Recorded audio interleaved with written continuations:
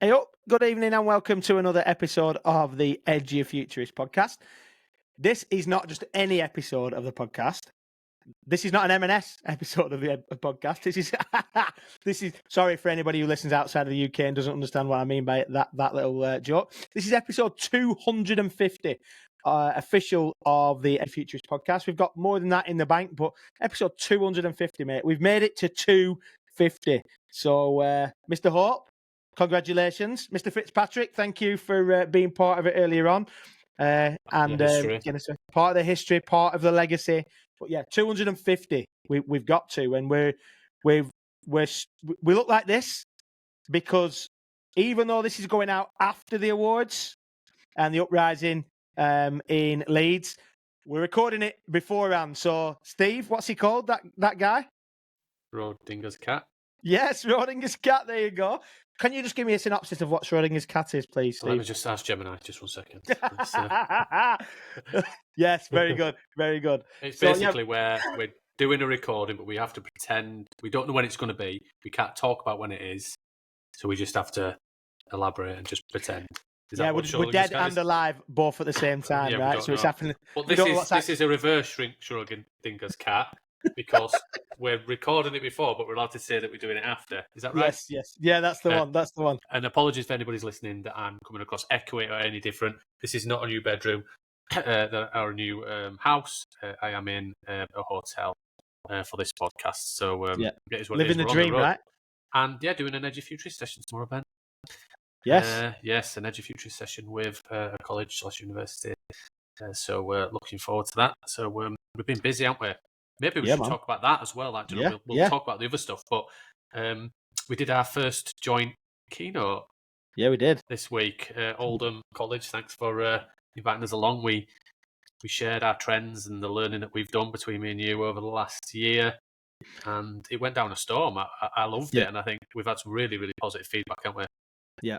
Yeah, it's been good. And we talked about, obviously, in that space that we are privileged that we get to speak to the people that we get to speak to from all around the world. And sometimes you throw it out as a pat number. And we're going to talk about, obviously, the trends today and the trends booklet that we've put together. And actually, if you look at the numbers that are sat in there, it's incredible that how fortunate we've been in the sense that, yes, we're on episode 250, but we've been going over 8 years. There's 300 plus episodes of something that we've put out there. We've put 100 articles out there. We've given out more than 60 awards.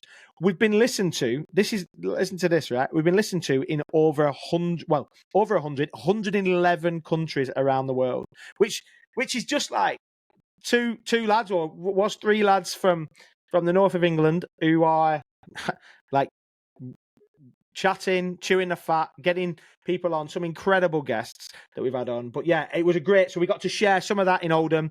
And like I said, we put it off sometimes and just say, we've done a few podcasts, we've been doing it a little while, but we're speaking in that space and people are listening, and it feels a real privilege, doesn't it, sometimes, to be able to share what we're hearing and what we're seeing as weak signals.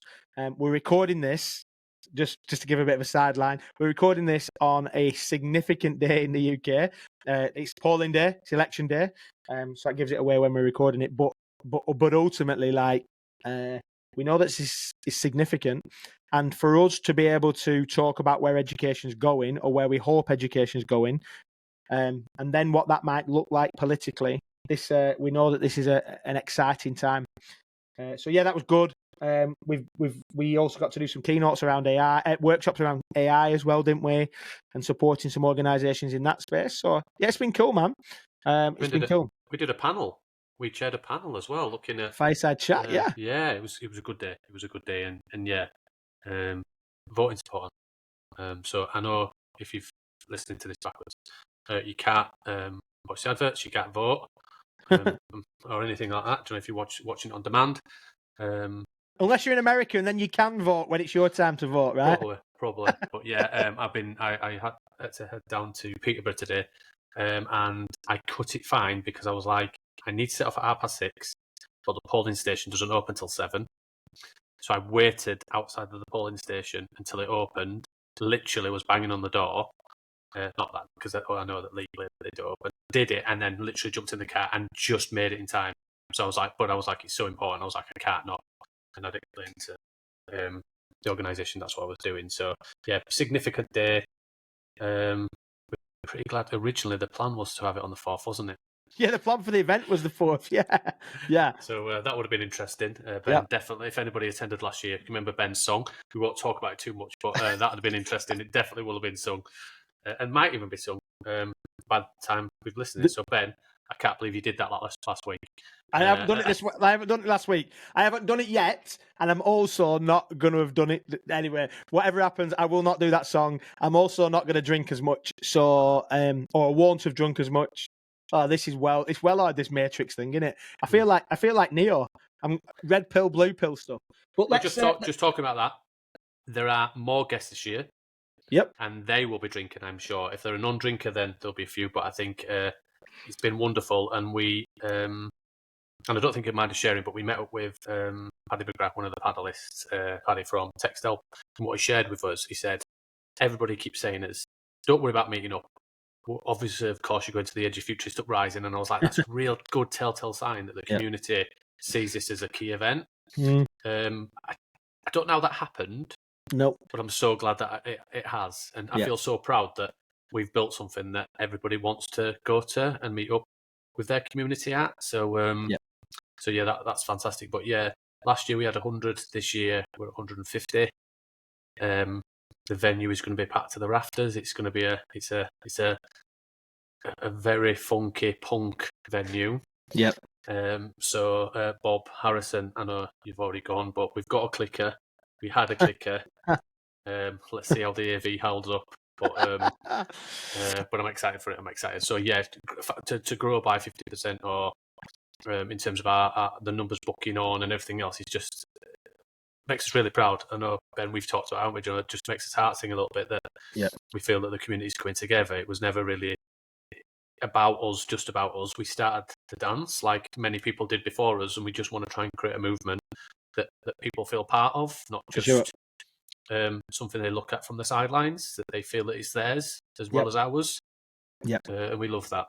Yeah, we are the Edufuturists, as in the big we, all of us. And I suppose even though it feels, and we've said that we're recording this we want to just be totally upfront and just say some massive thanks to people and congratulations as well, because this does not happen without a significant amount of work in the background, and we've grafted for it, but there's a whole host of people that have supported us in that background. So we are gonna say some thanks.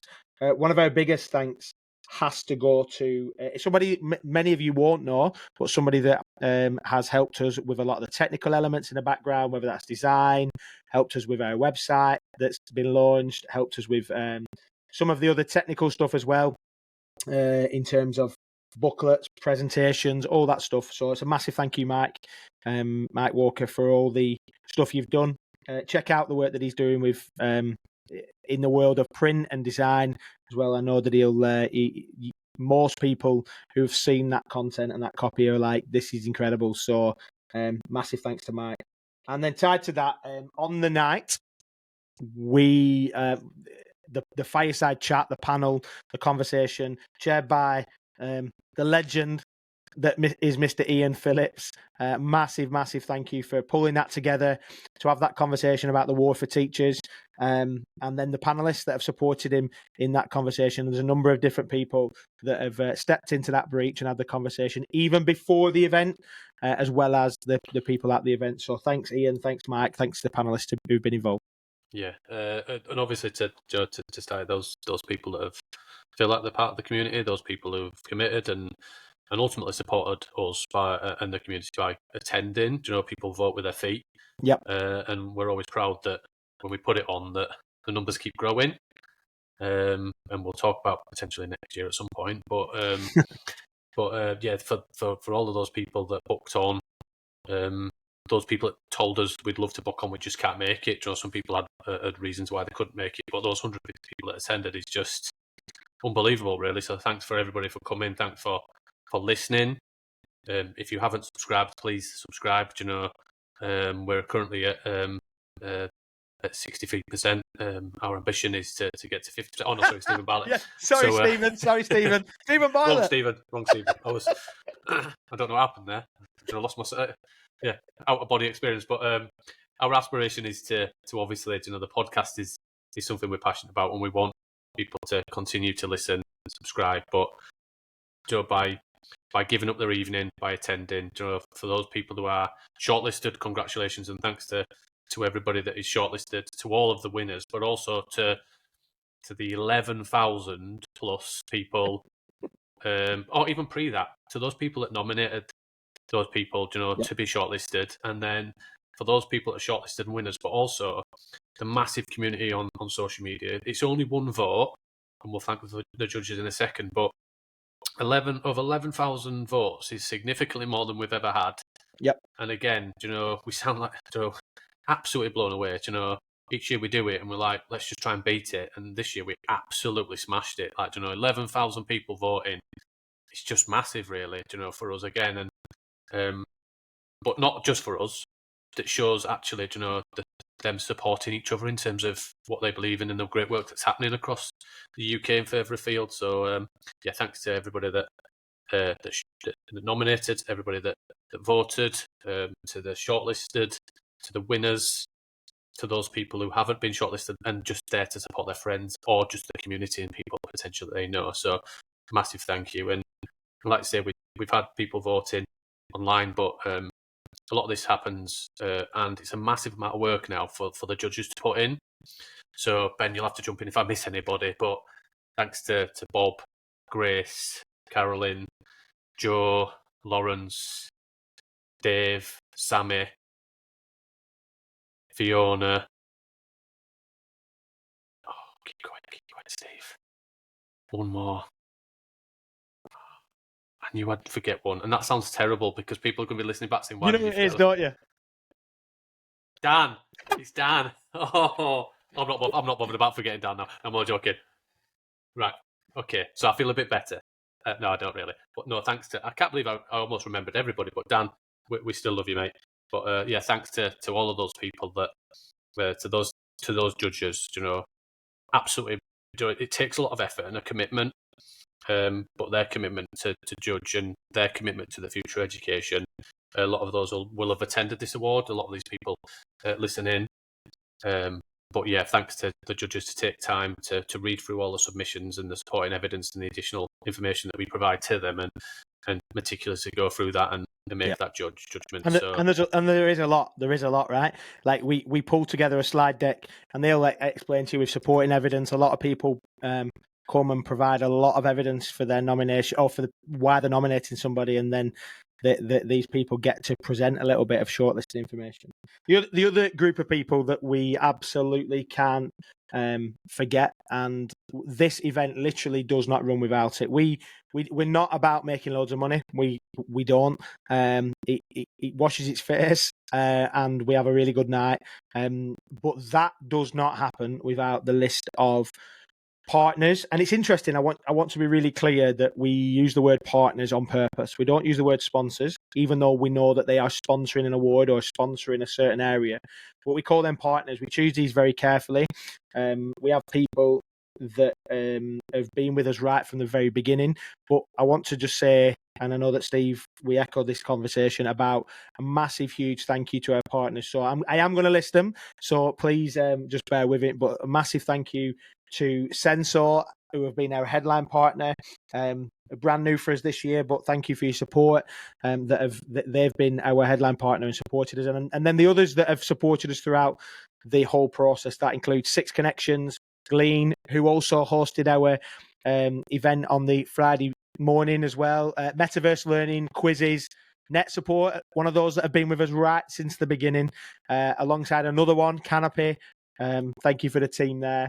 Learnosity, Happy to Host Education, Clever, Hundo, Pedagogical AI, C Learning, another one, original right from the beginning, Stop Press, Text Help, Canva, the A&ME, and Portsmouth Education Partnership, the Digital City Project. Thank you.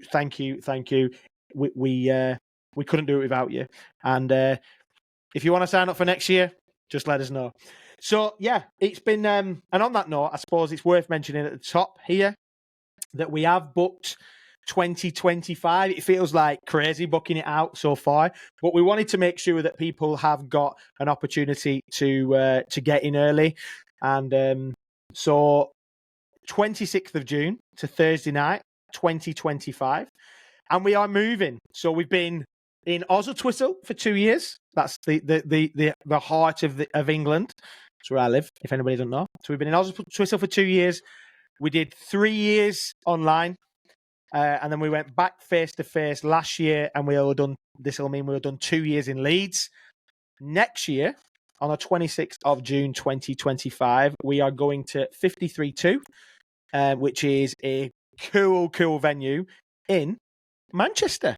So we're going to Manchester, under the arches, underneath very cool little space out there in Manchester. So get your tickets. The tickets are available now. You can go onto our website, or you can go onto the link that is in the booklet as well. And don't forget, you have until the 25th of December to get your tickets at the same price as this year.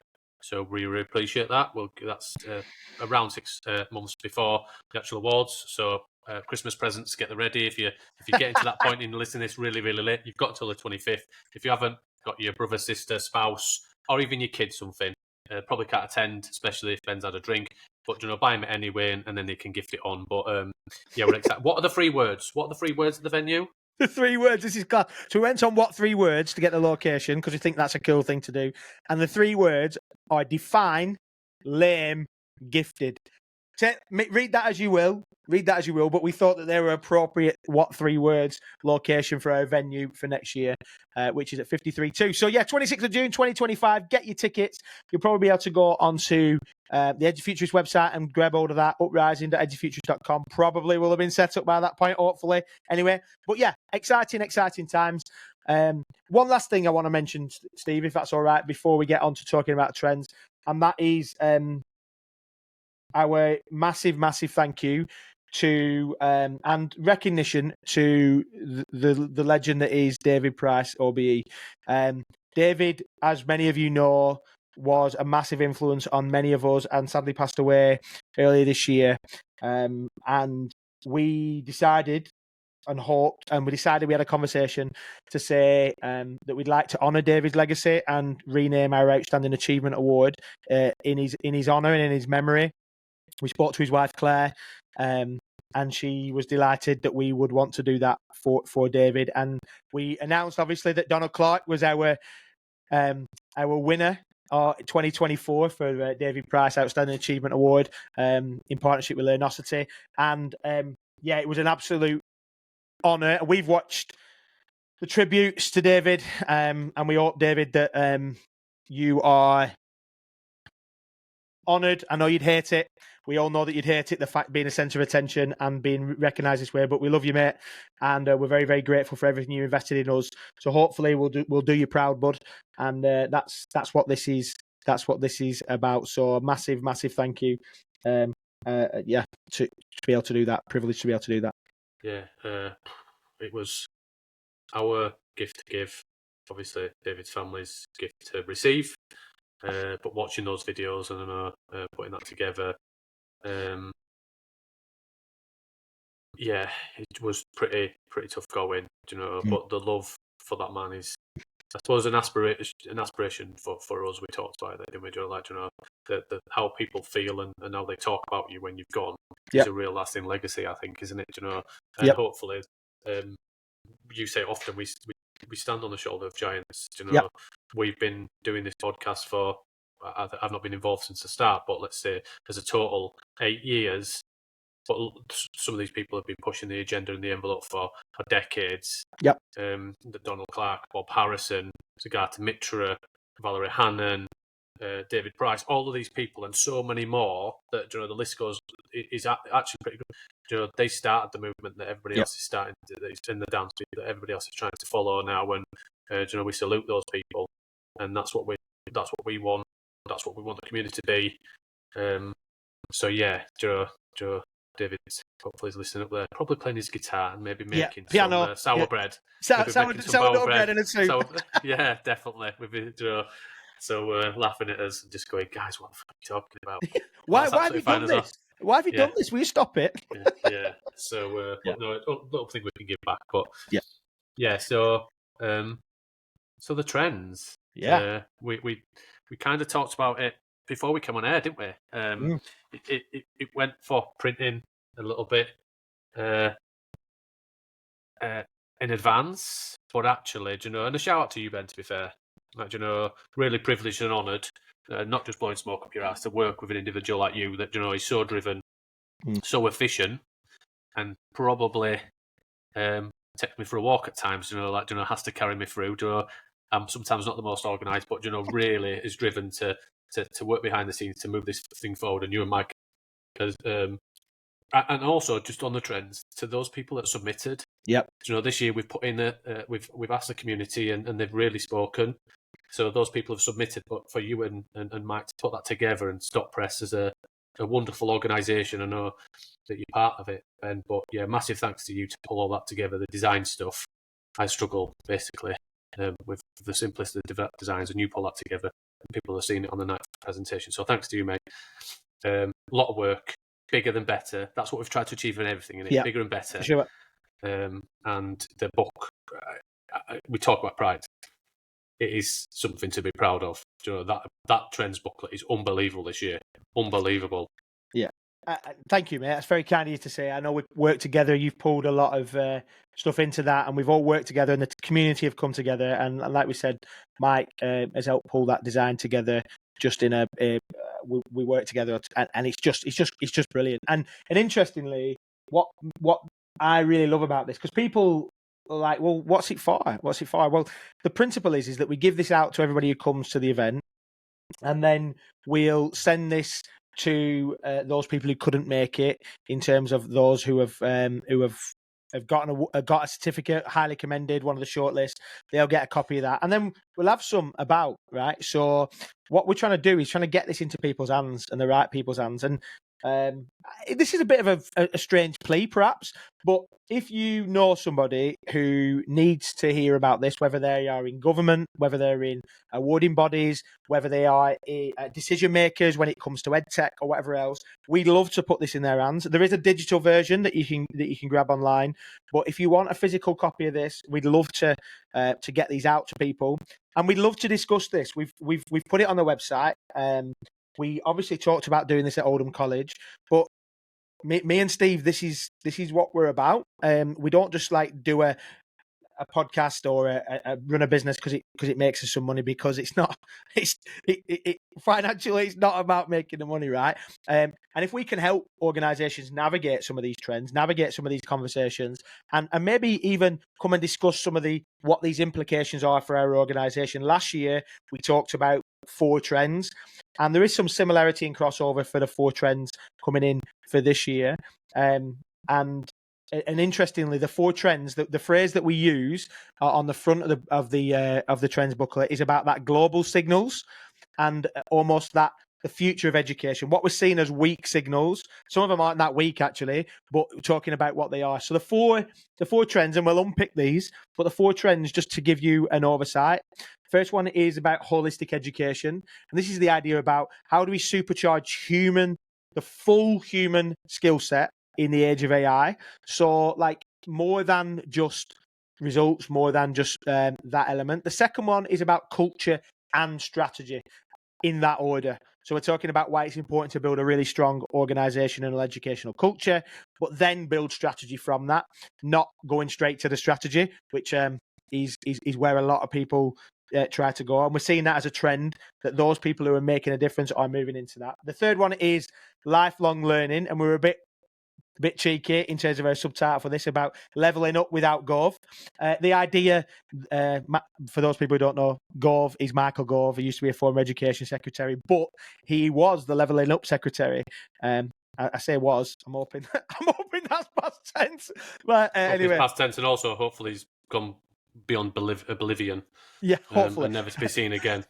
But yeah, so lifelong learning, leveling up. So that idea of we're not just talking about education and learning up until the age of 16 or up until the age of 18, but how do we embed that conversation around lifelong learning, that we all need to be learners, and create a system that allows for that. And then the fourth trend, no surprise, based on what we've talked about forever, is about enabling technology. So not just technology, full stop, not just pedtech, edtech, ztech, whatever you want to call it. This idea that turbocharging education, not just digitizing it. So this idea that we've got technology that can enable and supercharge learning. So they're the four things. And just we're on going to dig into that, that. I'm going to jump in, but we do have, speaking of PedTech, one of the quotes and one of the people within it is the author. Yeah, Peter Twining. Yeah. Co-author with Fiona Aubrey-Smith of the From EdTech to PedTech, like a book that's took the world by storm, really, hasn't it? So yeah, and one of the quotes, the quote that Peter said, and I think it's absolutely bang on, because it kind of sees some important bits. It says we're seeing a global shift from an EdTech to a PedTech approach to digital technology and education. The latter starts from an understanding of your pedagogical stance, your beliefs about how people learn, which informs your decisions about how to support learning with or without digital technology. The EdTech approach has failed. The impact has not been proportional to the resources invested, in part because an EdTech approach tends to be a solution looking for a problem. How many times have we said that, Steve? Whilst we know that how you use digital technology is critical to its impact, the PedTech approach goes one step further and argues for the need for alignment between your pedagogical stance and your practice. And I thought that's a great, we've used that in the trends booklet. Thank you, Peter, for sharing that. But it's that idea that we don't just want to be solutions based. So yeah, let's go through these trends, Steve. Let's have a little bit of a discussion about where we are. So let's start with number one, holistic education. Over the last 12 months at least, because obviously these are the 2023-24 trends. So we're coming to the end of the season. We've had a good season, right? We've said this, and we're saying about supercharging humans in the AI age. That's what this is about. So yeah, it's a really interesting one, because at Oldham and in the trends booklet, we talk about this whole holistic learner. We've often, and it's been a trend for and a pattern that we've seen carried forward actually for quite a substantial part of the time now, where skills has always been a part. But actually, when you look back, if you look at trend 4 and then take it back to trend 1, that holistic learner of in the era of AI and all of the technical innovations that are coming forward, knowledge is still key, but ultimately, how can we focus on human intelligence? How can we focus on driving those kids forward, and linking into people like Kerwin or Empathy Week and all of those skills as well, where we're developing human character and developing rounded learners rather than just people who can regurgitate information in an exam. We don't want to give too much of the game away in terms of quotes and stuff, because even though it's after the event and it'll be given out, we still want you to pick up it and ask for it and get the trend booklet. But people like Will from B-Dale and people like that, they're developing communities of thinkers and not just thinking and focusing on the endpoint assessments. They're thinking about the students and all of their skills and their development around it, I think, which is key. It's not a new thing, but some people will argue it's all about subject knowledge and you can't have not this, blah, blah, blah. And I'm like, we're not saying that it's not that. What we're saying is it can't be just that. It has to be that holistic approach. I keep saying holistic, because that's what the thing is. But they need to be moved away in terms of this term of soft skills and focused on a real important need for that development, and how can we drive that forward, I think is what we cover. And I think that idea that this is not saying get rid of knowledge. And in fact, some of the quotes talk in that space. We're not saying about we don't need knowledge, we don't need facts, because actually what we're suggesting is education probably does need to focus more on skills than it does on knowledge, because we're in an information overload state, and we're in a world where access to information is at a greater level than it's ever been. But what we actually need to understand in that skills knowledge dichotomy, which isn't a dichotomy, it's a false dichotomy, we need both, is that the idea that we need to be able to use accurate information to be able to bin off the nonsense that we're overloaded with in terms of information. So one of the things that I've been banging on about for a while, and I know we talk about all the time, Steve, is the development of the skill of critical thinking. And actually, what humans will do and what humans need to do is that ability to be able to sift through what is nonsense, what isn't nonsense, what is propaganda, what isn't, what is marketing spiel, what is clickbait. And also, that's not just about, can I give the 6 names of Henry VIII's wives in order? It's the ability to be able to say, when somebody throws something in that isn't true or that isn't moral or that isn't whatever, that I can go, I've got enough about me to be able to ask the question. So in my mind, what I'm not bothered about with my kids is whether they can regurgitate facts. What I'm bothered about is when somebody gives them something as a fact, are they confident enough to be able to ask the question, is this true, what they're telling me? And if it isn't, then I need to know, or even if they're not sure, they have to be confident enough to be able to ask the question. And we haven't, you said this about your daughter, Steve, and I don't want to steal the story. We've said it a million times. We've used it everywhere we go. But that she was told that she asked a lot of questions as if that's a bad thing when she went on her school transition day. And that sticks with me, man. That sticks with me in terms of like my experience of schooling, the experience of schooling that we have, that, okay, now it's time for you to learn. Stop asking questions. Nah. If you stop asking questions, that's when you get brainwashed and when you feel like all that matters is the information overload. So the holistic education is about those broader skills. We've been asking on the podcast, Steve, haven't we, since January, what do you think, or something of a sort of a skill that we think is going to be important for the future? And almost always there's somebody talking about critical thinking or somebody about ability to tell stories and interpret, empathy. It's like they're all tied into them things. They're not, none of them are storytelling, yeah. storytelling, questioning, and I think that comes into that whole thing of knowledge appears great, but if you can't apply that to a situation and communicate it effectively, if you can't think about some information that you might have, but also then ask the right questions, prompt, probe, to have that critical thinking and that evaluation thinking. I'm not sure about that, you know, and I think that's the thing that rings true when, and it isn't about the school, and I think it was said in jest, in fairness, you know, so if the school listens, Ella loves going to school, but I did just reframe that thing of, yeah, I love the fact she answers questions, just to put it out there that I was like, yeah, that's not a bad thing to me, so don't ever bring that back to my door, in a nice way. I'm always kind when I say it, but I'm like, that's what we're trying to create. Yeah, it's not great. If you don't like it, teacher, imagine what it's like when I'm trying to put her to bed. Come on. Why do I need to go to bed, Dad? Why do I need to go to bed, Dad? Why do I need to eat this? Why do I need to not? Yeah, so bonkers. But like that whole thing of curiosity, all of those kind of things of curiosity. I've said it about ability. Curiosity didn't kill the cat. Yeah. Do you know, we wrote a blog post about it 5 years ago, right? Yeah, do you know, that whole thing of, do you know, it didn't. Do you know, curiosity, be impatient. Yeah, not be rude. Do it in the right way. But we want our children and we want our young people and the people of the future to be free thinkers and innovators, and you don't get that by stifling and saying, no, you have your place. Our young people might be more intelligent than us. That's the worry. They're just earlier in their journey.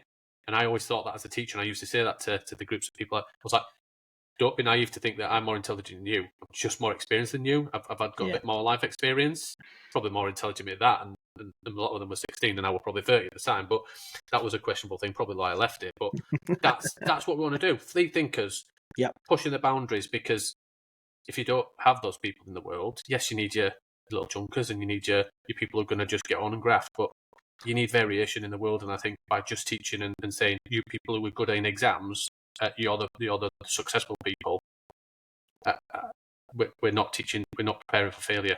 Sure. We're not supporting them to do it in the right way. And it follows on from a theme from last year where we talked about why exams aren't fair and that kind of stuff. So there's threads. We're not saying anything particularly new there. Trend number 2 was culture and strategy, in that order. So we talked about the idea that, and I know Steve could talk at this for hours and hours and hours, right? So when I first met Steve, the first conversation he was talking about was about culture and about building a culture. And he does himself a downer when he talks about not being particularly intelligent or not as intelligent as his kids or whatever else, and feeling like he's. But what he did, and you still see this if you see any person that Steve's ever worked with, pretty much they'll talk about the kind of culture and the atmosphere and the leadership that Steve showed in terms of he doesn't have to be the best. He doesn't have to have all the answers. He certainly doesn't need to be the person that is in charge all the time. Create a culture where people can thrive. And we know that there are people that have been that are part of our community, people that are still in Leeds at the college and other places that will talk about the kind of culture that is a any place, anytime, anywhere learning culture, a place where you set the tone in terms of what you allow and what you don't allow and what you value. And this is what we've been talking about, right, mate? So like this idea that we can do strategy all along. And again, I want to shout out this, and Dan will testify to this, and any of us who have ever written a digital strategy, every single one of us, Scott Hayden will probably say the same. Stephen Spence will say the same. Many, many others will go, Steve set the bar there when it came to writing a digital strategy, and actually shared it with us open, and then said, but remember, the strategy doesn't work if you haven't started with culture. So do all these wonderful things with Chromebooks, do all these wonderful things with technology as a strategy, but let's call it a spade a spade. You've got to start with culture first. And mate, shout out there, because I know that we've talked about it in the book, but you've lived and braved it, and with the organisation you're working in currently, you're living and breathing that. So yeah, kudos to. Yeah, and I think I'm lucky enough to have a title of a CEO, but I think titles are, when you talk about culture and leadership and anything else, titles are irrelevant. I think leadership at all levels. Everybody has an opportunity. Everybody has different experiences. Everybody has something, and I think always start with why. Call out a couple of books. In terms of some of that's really helped my thinking. But if you're writing a strategy or you're creating a culture, why are we trying to do? If you look at the whole education system, and we've been back and we've been listening to some stuff for the trends and preparation, and we always do. But even going way back when to Valerie Hannon, when she was on, and I think it was called Thrive, it didn't actually have a number, so that's one of the ones that are outside of the 250. But you look at what Valerie said, and she ultimately just talked about the fact that if somebody asked us what the purpose of education is, everybody go, of course we know what the purpose of education is, but I think we've lost sight of it in England. Do we really know what the purpose of education is? Because during COVID, there was times when we thought it was a babysitting service and all those kind of things and everything else. And I think it's still, mate, to some extent. Yeah, and then they talk about, some people, it's to pass an exam and it's to move and go on to university. No, university is not the end goal of education. It's a part and maybe a stepping stone for education for some, but learning and lifelong learning and creating a culture as we set up, and I know that's trend free, is well beyond that.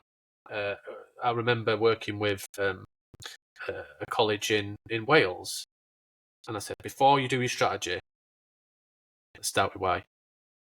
Why do you want to think about distance, online and blended learning? And I said, that's a good question.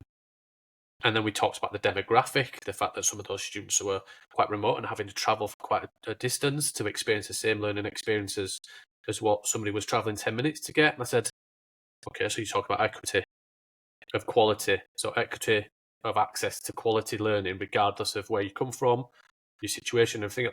That's a great why. It ain't about money. It's not that strapline where everybody goes, oh, we're a college that serves our community. Everybody writes that.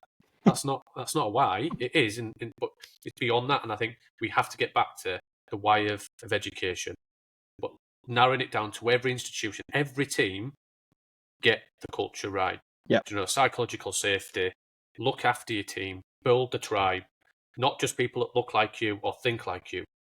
Bring in real radical candor and diverse thought that's going to challenge you. And I've employed people for a long period of time that said, oh, they're a tricky person. And probably one of those is going to be at that event and probably laugh, listening to this. Absolutely. Bring it on. As long as they're kind, as long as they don't attack me. I know I've got a terrible beard. I know I'm losing my hair. That's absolutely fine. But the culture is bring your leadership, bring your ideas, challenge me in a positive way, and let's change it together. Because if you don't set your culture right, you can write any strategy and you can talk about anything else, but it will never receive it. It will never receive it well. And yeah, I'll probably stop talking next. I could talk for absolute ages, but that is culture for me. Of course it is. And culture is top down and bottom up. As in, and I don't like hierarchy, but most organisations have some kind of hierarchy. And so that idea that it's not about imposition from the top, this is what we do. You can't create a culture that way. And strategy, you can't impose that way either. Like you said, you can create a strategic plan and documents that are vague and whatever else. I think the other bit that sits in there, Steve, that I think we're really passionate about and we're seeing as a trend, because that's the thing, right? We're not just, this is a thought we've had, we're seeing it from the conversations we're having, is about living your values. It kind of talked into what you were saying there, but like, have we clearly defined what we're about? And every organization's got values about students achieving, that they do better than others have done before, that they can have financial stability and all that other stuff. But do we have values around compassion? Do we have values around sustainability? Do we have values culturally about caring for those who are the least, the last, and the lost, those people that are forgotten about? Do we have a culture of innovation, a culture where we value risk taking and failure, like all them things that we've talked about lots and lots of times? And so if you have a strategy that says we want to achieve X by Y, and haven't considered, okay, in order for us to get from X to Y, we're going to have to do step by step by step, which is strategy, which is planning, which is activity, some of that is going to result in failure. And if you haven't created a culture where failure is acceptable and where failure is celebrated and where failure isn't hidden, but we do that black box thinking of unpicking, okay, it went wrong, what do we do with it? Then like you said, the strategy will fall on deaf ears. So yeah, very, very interesting. The third trend, as many of you know, is lifelong learning. Lifelong learning, and we talked about this idea, which I'm proof in a pudding, and you are as well, Steve, is that jobs for life are done with in the majority of cases. We don't want to be the people that are suggesting that AI is going to and autonomous agents are going to mean that all jobs are gone. But what it does mean is that we are going to have to unlearn some stuff. We're going to have to relearn some stuff. We're going to have to do some new education, whatever that looks like. And that's going to have to look very, very different than what we've seen in the last 150 years, likely. People are going to have to pivot. People are going to have to be agile and adaptable. We talked about adaptability quite a lot, right? And some of that is around how do we build almost an ecosystem. Again, it's maybe a culture of reinvention and that ability to hold things loosely so that we can then, I suppose, be ready to move and pivot when we need to. I think so. I think we need to create a passion and light a fire under everybody to really have an opportunity and a thrive for what learning is.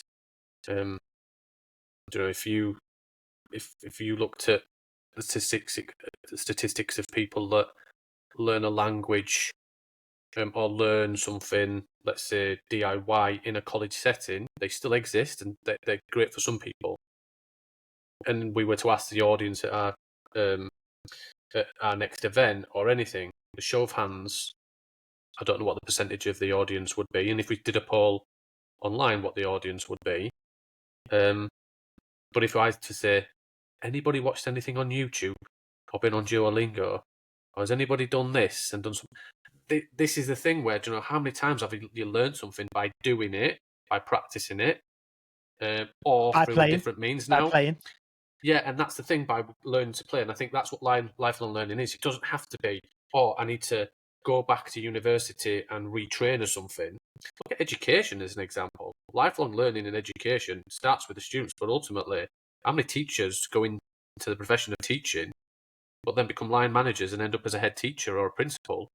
They didn't set out to be a leader or a business person. but actually they've developed a craft as they go through. So I think we have to light the fire of what learning is and the passion for lifelong learning, but an understanding of actually its continuation. At Oldham, we talked about micro-credentials and how Australia as a nation is trying it, and progressing with it, and starting to make that a bit more formal. And look at the opportunities there in terms of like in a marketplace for micro-credentials. Doesn't have to be, oh, I've got to go back and I've got to do 12 weeks, or I've got to do a particular course, or I've got to get a formal qualification at the end. Great, but life ain't always about formal qualifications, but application of knowledge and content, as we talked about earlier. So lifelong learning is a trend. We've seen it, and I think it's so significant now, in terms of everything. That Eliza Philby that we've quoted quite a few times in terms of her research that says Gen Z will have 17 careers, 5 jobs, and 2 side hustles. Well, even in education, you probably get before from route to teacher all the way to the top is how many different levels and how many different jobs, and how many have you had, how many have I had? We've got side hustles. Yeah. That's what you do. And I think education at times, and the shackles we put on education, not teachers, is how many teachers are teaching in creative industries, but then are burnt out or don't have the capacity, or potentially are not allowed to then work in creative industries and then bring that back, where other industries are allowing them to do it. That potentially is one of, or could be a correlation to the retention issue that we're having. Yep. Because in other industries you can work in loads of different stuff and do it, but if you want to do that, you've got to fill out a big form in HR in education. Say, oh, I want to do this, and they go, "Oh, I'm not going to let you do that." It's like, that's bringing it back to the classroom. It's real life. That's what we want to learn. It's lifelong learning, and application to develop our young people. And do you know what it also means? Like, yeah, obviously you're talking there about educators and that ability for us to carry on learning, and I think that ties to it, right? So being honest, my job as a teacher, like I said this before, I trained to be a teacher. You learn to be a teacher when you're actually teaching. You don't learn it in university. No offense to teacher training organisations, but you learn to be a teacher just like you do with driving. You don't learn to drive with your instructor. You learn to drive when you're out on the road yourself. And interestingly, like in a lot of organisations, and I was one of these people, I didn't get any professional development that made me better at my subject. There wasn't budget for it for starters, and there wasn't time for me to get better what I would get as professional development would have been one size fits all. We've said before, a twilight that everybody goes to, or a training day that everybody goes to, and that's not anybody's fault. That's the nature of where we are in terms of budgets and finances and organizational setup. But ultimately, like for all of us, we've got that responsibility that even as educators, them jobs are not jobs for life. We talked about that with Don Clark the other day. Like that's a truth. And these young people that are coming through, they're gonna do multiple jobs. They are already moving into that space. Some of them will have had side hustles as they're going. They'll be thinking they can do a bit of influencer this, a bit of marketing this, a little bit of working as a PT. This, like you've got to do it. And then generalists, we talked about that before. Generalists, not just specialists. We do need some specialists, but we need a lot of generalists. Yeah, and just on that, I know you talked about this a while back on the podcast, Ben, about finite versus an infinite game.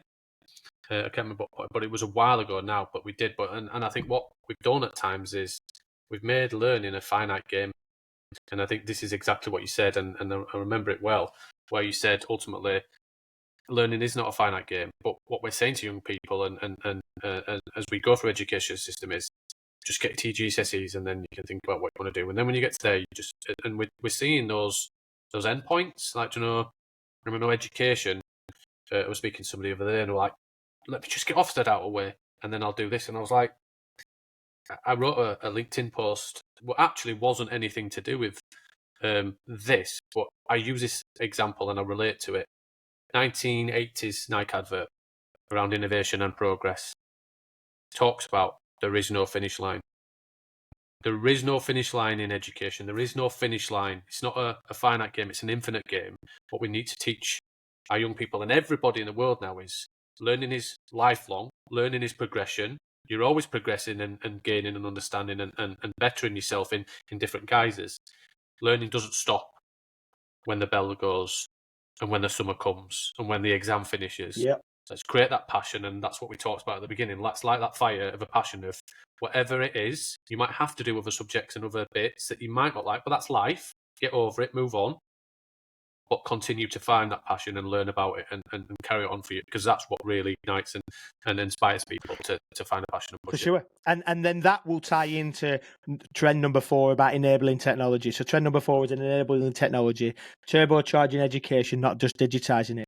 So like that idea of being a lifelong learner, that idea of having holistic skills, that idea of building culture first and strategy will 100% be amplified, turbocharged, catalyzed by the right kind of technology. And that's not just technology that everybody, that in terms of we need a new iPad, we need new this, we need new that. We're not talking about that. But if you think about what we all do, like this as a medium is an enabling technology. It's an enabling technology for us to get our passions out there. It's an enabling technology for us to learn, because we often are even learning from each other, but also learning from guests that are coming in. It's an enabling technology that then goes out into the world for other people to listen to and find out about people that they would have never got. That's a technology that's enabling. That's not edtech, pedtech in the traditional sense, but it is, because there's an educational and learning value of that. Tie that then into things that we use, the apps that we've got on our phone. You mentioned Duolingo there before. That's an enabling technology for me to learn a language as I want to learn it. Audible, an enabling technology. Spotify for my podcast, enabling technologies. LinkedIn, an enabling technology that allows me to connect to other people. So we're not just talking about the fancy tools, the AI this, the AI that, the software this. We're talking about technology that genuinely is a tool to support people to achieve what they need to do, to support lifelong learning, to support holistic education. And so we talked about things like breaking down silos and creating that accessibility. And Steve, I know that that's something that's always front and center for your conversations. He's like, technology should be an equalizing force. It should bring people to what was the realm of the elite that only they could reach and only certain people were allowed to access. It's now available to all of us. More information now in a week's worth of the New York Times than there was in a person's lifetime in Shakespeare's time. So like enabling technology that allows for accessibility and equity, as well as and how we can and how we want to receive it as well. Do you know?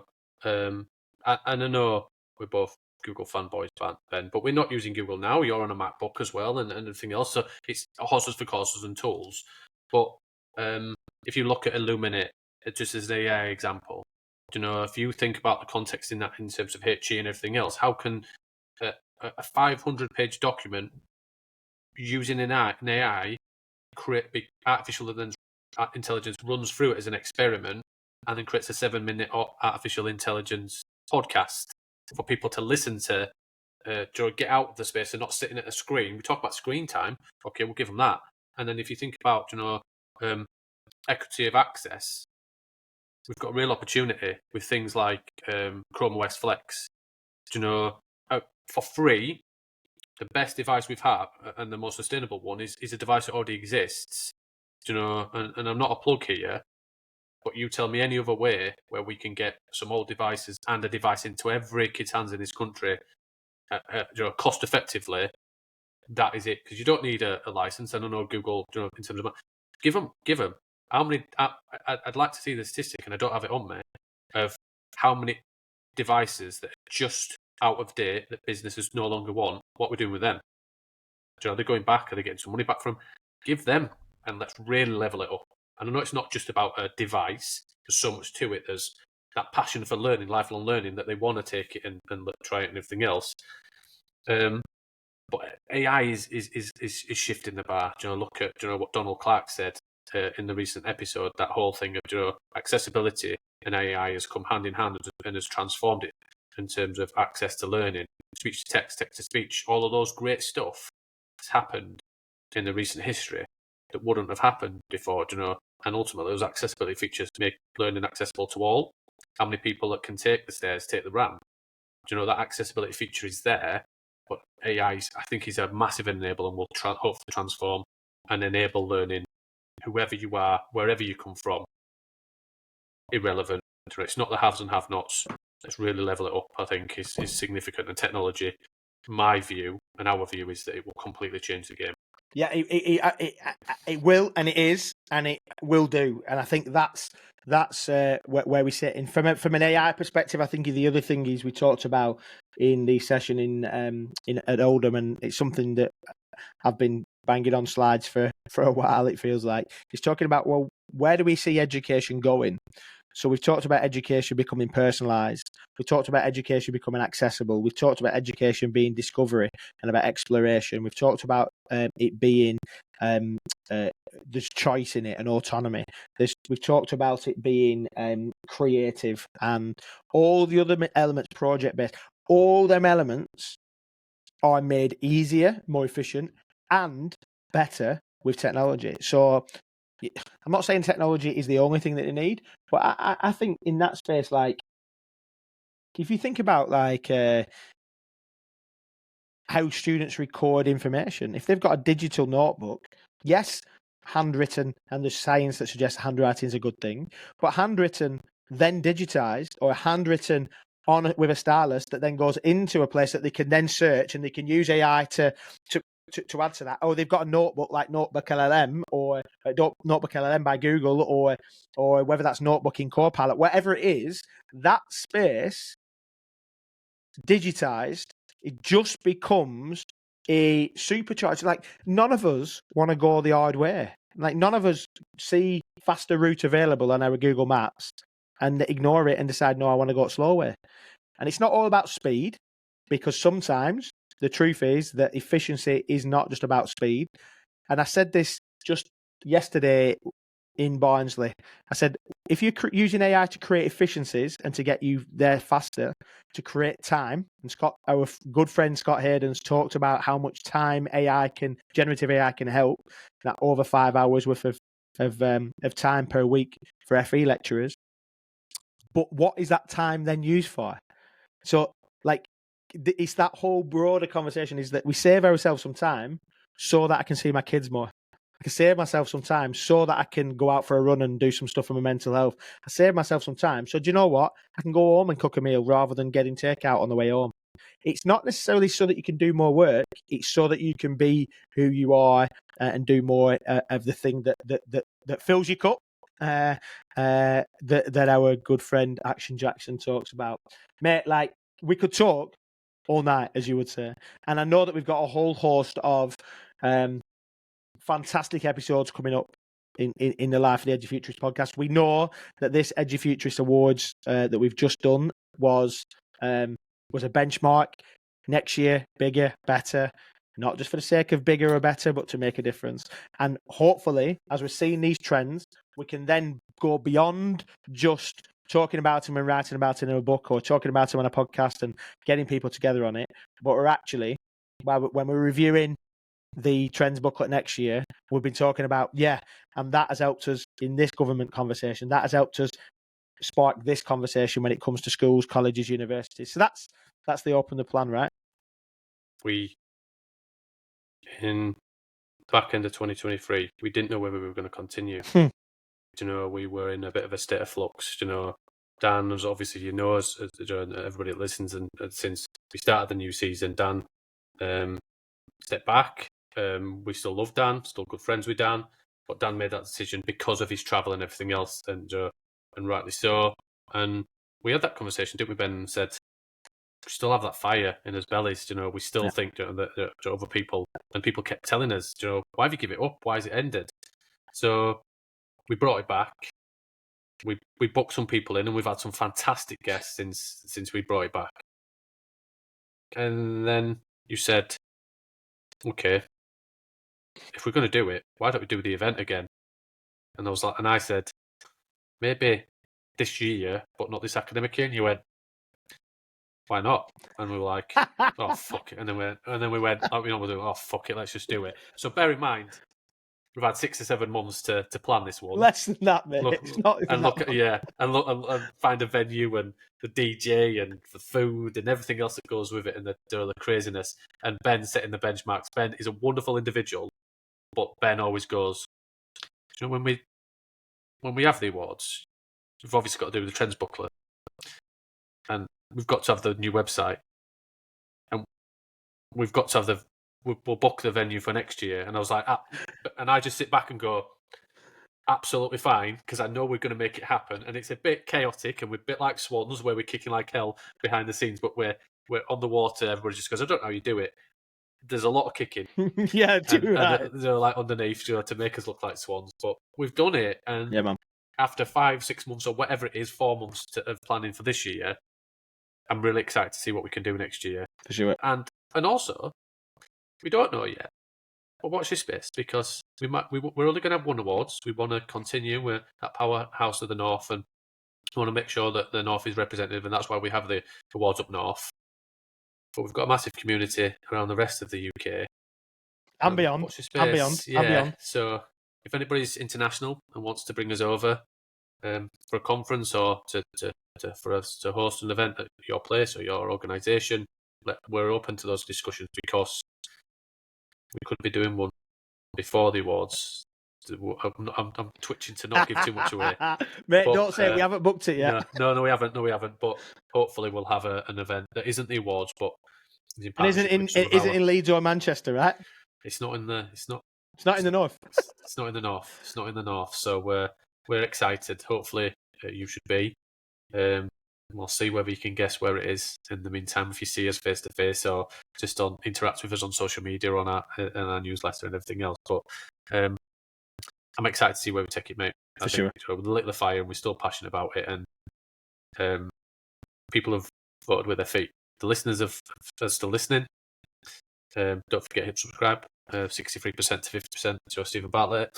And then, but 150 people are going to be joining us, or have joined us, and we love it. So appreciate it, and yeah, let's go at it, and let's get it bigger and better, and let's make this community what education and the young people in the future deserves. 100%. Let's do it.